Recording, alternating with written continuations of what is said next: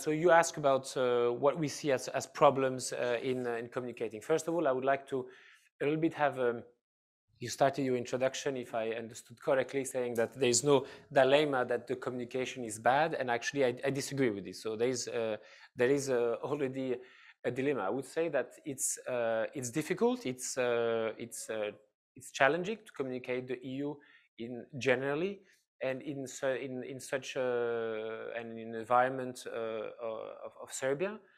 But it's not. I cannot say it's bad. We have.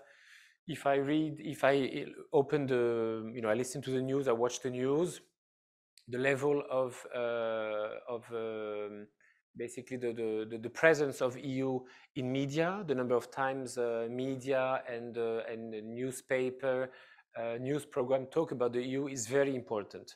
If I compare to my own country, France, we discuss the EU much more here in Serbia than we do in France and probably in any EU member states. So the EU is present, people have opinion, and generally we see that people are supportive of the European Union accession, the process of accession of Serbia to the EU, and level of awareness on what EU does is important. I'm not saying this to say that everything is perfect and we have nothing to do and everything is great. To me, there's maybe the problem I would the problem I would see what we lack a little bit is the in-depth, the level of depth of debate and of discussion.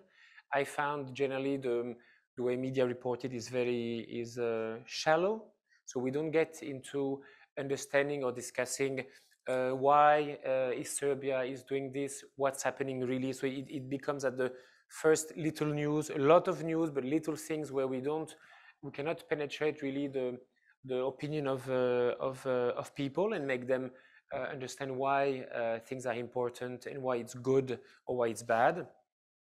And also, in my opinion, one of the problems we face, and we see it in the different opinion polls that we make or that we see others, it's we are not touching emotions of people. While I think it's a big pity because the EU has been built to do some things which are extremely important for people, to live in peace, in freedom, in democracy, sharing, respecting each other. So it's things which are very emotional. And when we get in the reason why actually people do support EU accession, because the support of, contrary to something that I hear very often and we monitor it, the level of support to the EU accession process is very important in Serbia.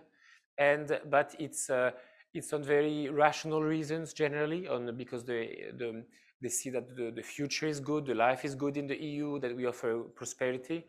But there is a level of emotions that we don't manage to touch enough.